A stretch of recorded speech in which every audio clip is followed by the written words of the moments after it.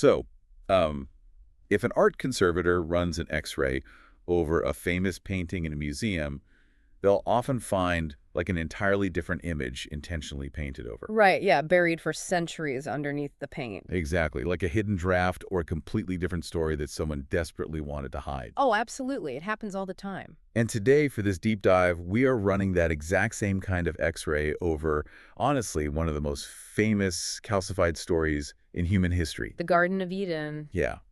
We are examining a truly fascinating manuscript. It's titled The Original Blessing, Reclaiming the Serpent and the Fruit. And it's a text that takes a very hard, very analytical look at a narrative that has, well, it's basically shaped the legal, moral, and social foundations of entire I civilizations. mean, it's everywhere. Right. The author is really asking us to look at the foundational myth of Western culture through an entirely new lens. Because we all know the standard doctrine, right?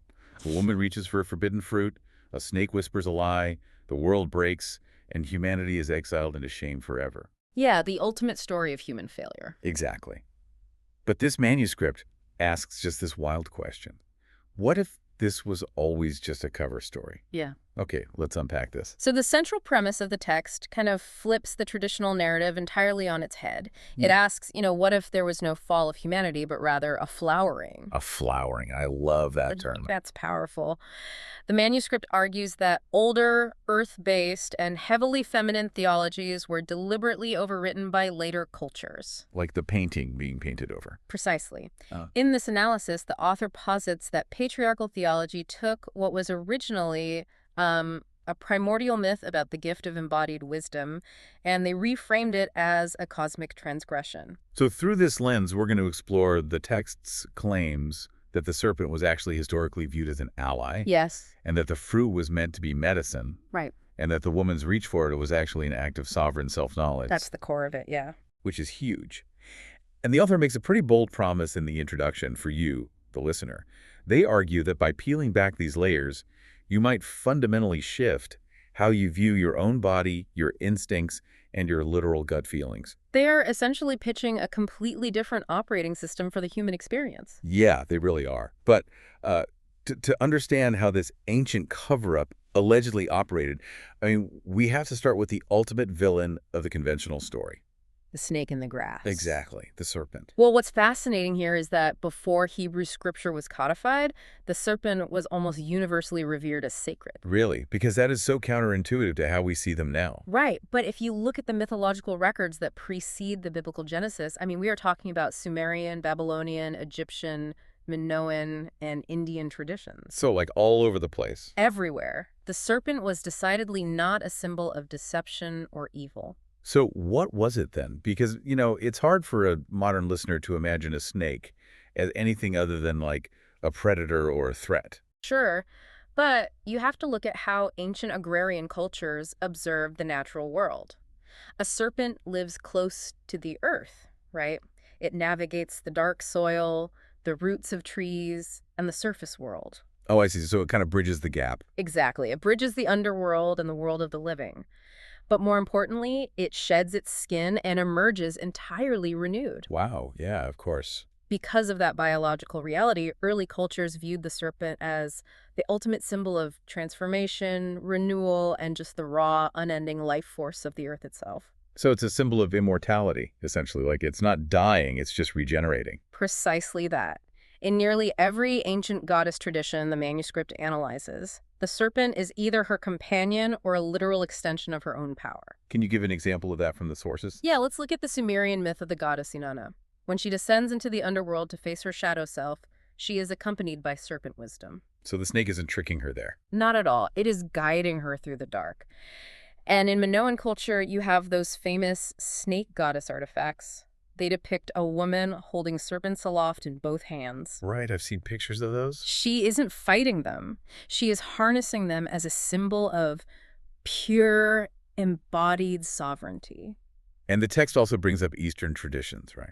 It does, yeah. In the Vedic tradition of India, the foundational spiritual force, the Kundalini energy, is literally described as a coiled serpent that rests at the base of the human spine. Oh, wow. And when a person reaches deep spiritual awakening, That serpent is said to awaken and rise upward through the body, illuminating the mind.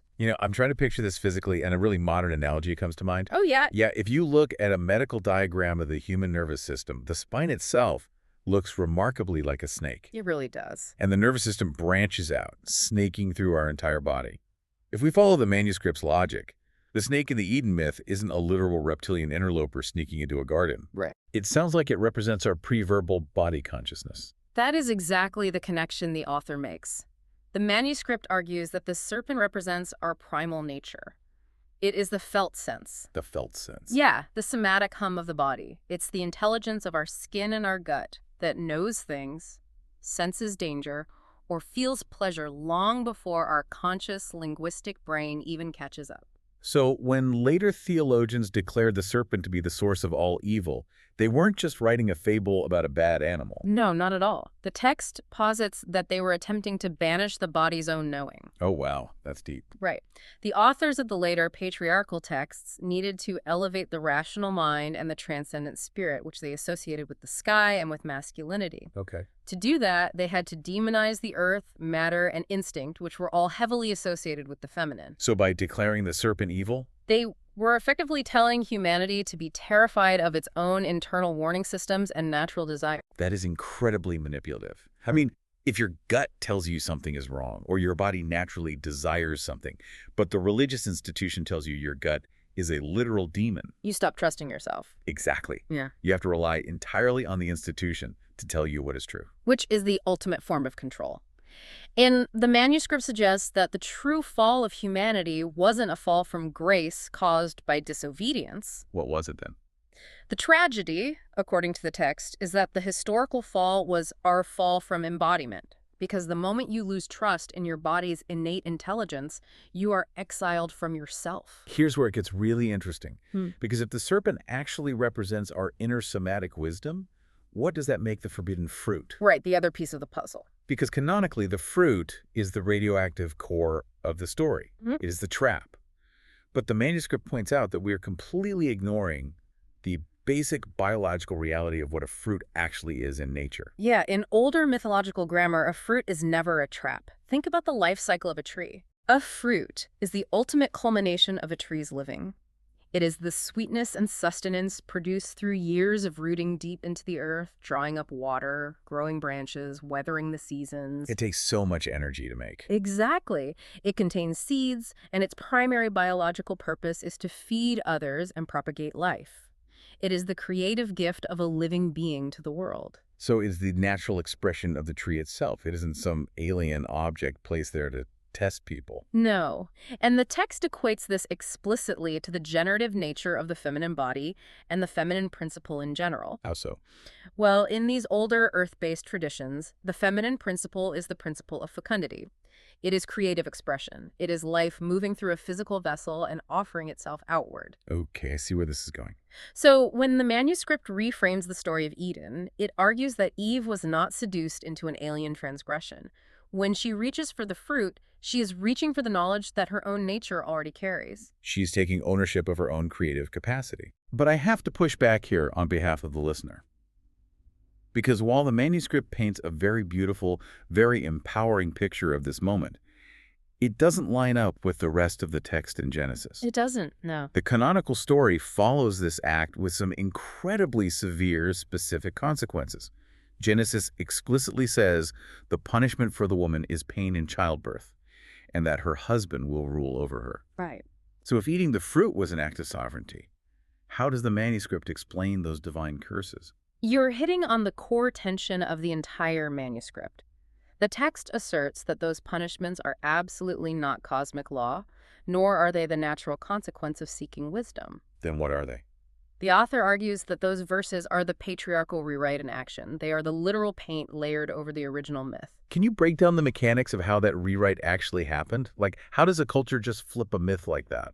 According to the anthropological and historical sources cited in the text, you have to look at the shift in human civilization. As societies move from agrarian egalitarian communities to more centralized, nomadic, or state-level societies, the social structures became heavily patriarchal. Which means property and lineage come into play. Exactly.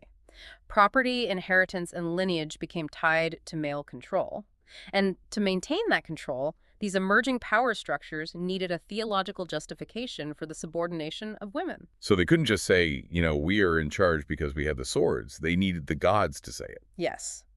By framing the original act of feminine self-knowing as the foundational sin that broke the world, the authors of Genesis could prescribe subjugation as a divine mandate, rather than just a human mechanism of political control. Wow. The text argues that the original myth celebrated an act of love for what one is. The punishment was added later as a social construct, just dressed up as divine retribution, to explain why women were suddenly second-class citizens in these new societal structures. But if eating the fruit was just a natural celebrated act, and the original story was so empowering, how did we end up with a globally accepted doctrine that says it was the ultimate sin? It's a huge shift. Yeah. I mean, a PR campaign that successful doesn't just happen by accident. What does the manuscript say about the sheer scale of the motive behind burying this original story? If we connect this to the bigger picture, we find that the suppression wasn't just about controlling individual women, it was about overhauling cosmology itself. Cosmology, like how the universe works. Yes, it was about changing how human beings viewed the very creation of the universe. In the oldest cosmologies we have on record, from Sumeria, Akkadian, and early Egypt, creation is always initiated by the feminine, and it happens organically. I want to hear the specifics of those older myths, because the examples the text uses are pretty staggering. They really are. Let's look at Namu. In the Sumerian tradition, Namu is the primordial sea. She is the first being, and from her depths, both heaven and earth are generated. Creation isn't something she builds from the outside, like a carpenter building a chair. It is something she bears from within herself through parthenogenesis. So like a mother naturally gestating and bearing a child. The universe is an organism, not an artifact. Exactly the distinction the author makes. And then we have the Babylonian myth of Tiamat. Tiamat is the great saltwater mother who holds the whole of creation within her giant watery body. Right. But in the Babylonian creation epic, known as the Enuma Elish, we see the theological shift happen in real time. A younger male storm god named Marduk rises up. And what does he do? He violently murders Tiamat. The myth describes him shooting an arrow into her belly, splitting her in half like a shellfish. Wait, really? Yeah, and then he uses the pieces of her corpse as building material to construct the heavens and the earth. He builds the universe out of a murdered mother's corpse. That is incredibly graphic. It is. But it also perfectly illustrates the shift you're talking about. It is violent, and the manuscript argues it was meant to be. The text identifies this mythological shift as the literal encoding of the suppression of older feminine cosmologies. That makes so much sense. It marks the transition from a universe that is born out of a living mother to a universe that is conquered, ordered, and constructed by a male deity. The universe is no longer a living body.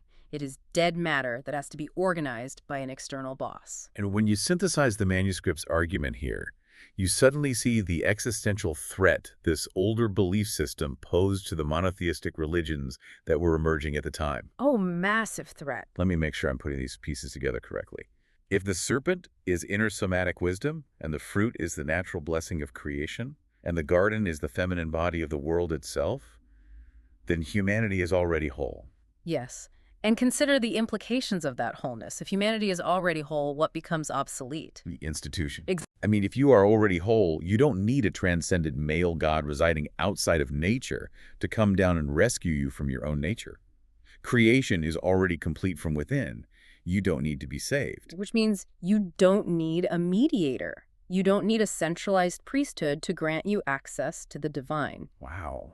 And that brings us to a crucial concept in the manuscript. The author heavily draws upon the work of theologian Matthew Fox, specifically his term original blessing. The title of the manuscript. Right. Fox argued that the foundational condition of humanity is not fallenness, but giftedness. We arrive in the world already held by grace. We are born from and as fruit. So the real sin, according to this interpretation, wasn't Eve eating an apple. The sin was the institution labeling somatic knowledge, earthly intelligence, and feminine wisdom as evil. Because those things cannot be contained, controlled, or commodified. You can't sell it back to people. Exactly. You can commodify a temple ritual, you can commodify a tithe or a written doctrine that only the priests are allowed to read, but you cannot commodify a person's trust in their own nervous system. No, you really can't. The manuscript makes the point that the actual fall of humanity was the historical moment when we collectively agreed to call the body evil. We fell out of harmony with ourselves and handed our authority over to external structures. So what does this all mean for us today? Because if humanity was never literally kicked out of a physical garden by a guy with a flaming sword, what is Eden? And more importantly, where is it right now? To answer that, the text takes us back to the linguistic roots of the Hebrew text itself. Oh. In the original language, the word Eden does not merely mean a physical paradise or a specific geographic location. The root word, Eden, translates to concepts of pleasure, delight, and presence. Oh, presence. I like that. The manuscript argues that Eden is not a lost archaeological site buried under sand. It is a state of being. And crucially, the text asserts that it is an ever-available state of being. It's like we've been blindly searching Google Maps for a lost paradise, scanning satellite images of the Middle East when we've been carrying the coordinates inside our own nervous systems the whole time. That is the somatic reality the text presents to the reader. According to the author, when we are in full somatic contact, when we feel the ground beneath our feet, when we breathe deeply into our bellies, when we trust the intelligence of our felt sense without shame or fear, we are in Eden. The body itself is the garden. And the serpent is still there. The serpent lives in the garden still. It is our spine, our breath, the electric current of our nervous system moving through our bodies in response to the world. And the fruit. The fruit still grows too. It is the love we generate, the art we make, the sweetness of being fully present in a single moment. The absolute tragedy of the conventional story is that we were only told we were expelled. It's like a massive psychological experiment. Oh, completely. If you tell someone long enough that they are locked out of their own house, they will eventually stop trying to open the front door, even if the deadbolt was never actually thrown. Yeah, they just accept it. The manuscript makes the case that repeating the story of exile over thousands of years created a false exile. So reclaiming Eden isn't about finding a map or waiting to die so you can go to an afterlife. It is the radical, immediate act of coming home to your own physical form. It is the simple recognition that we never actually left. We want to pause and summarize this journey for you, the listener, because the ground a manuscript covers challenges the foundation of so much cultural programming. It really does. We've explored how the text moves from viewing the serpent as a cursed reptile of deception to recognizing it as an ancient symbol of sacred somatic wisdom. We've seen the argument for reframing the apple from a forbidden poison to a symbol of sovereign self-knowledge and creative generation. And we've examined the idea that paradise isn't a locked gate guarded by angels, but an ever-present bodily reality. And it is vital to reinforce that the manuscript does not claim that reclaiming this mythological story magically erases the history of harm. The author is very clear on this. Recognizing the original myth does not undo the centuries of real-world pain caused by the suppression of earthly wisdom and the systemic control of women. Of course not. But the text argues that instead of remaining bound to that history, you can look at the conventional narrative and recognize it as a constructed tool. The author believes this knowledge empowers people to trust their instincts, recognizing that their physical existence was never a cosmic mistake, and they were never inherently a problem to be solved. This raises an important question. Wait, no, I think I'm jumping ahead. This raises an important question about how we interact with the stories we've been told about ourselves. Because once you see the original painting beneath the X-ray, you can never really unsee it. Right, you have to navigate the world knowing that the surface layer is just an overlay. You realize how many of our cultural anxieties are built on a foundation that was quite literally manufactured to keep people separated from their own innate authority. And that leaves us with the final thought we want you to mull over as you go about your day. If the foundational story of human brokenness, the very myth that taught entire civilizations that we were inherently flawed and exiled from grace, was just a narrative designed to keep us disconnected from our own power, what other deeply held beliefs about your own personal flaws are just ancient propaganda waiting to be shed like a snake's skin? You might just find that under the X-ray, the masterpiece has been intact this entire time.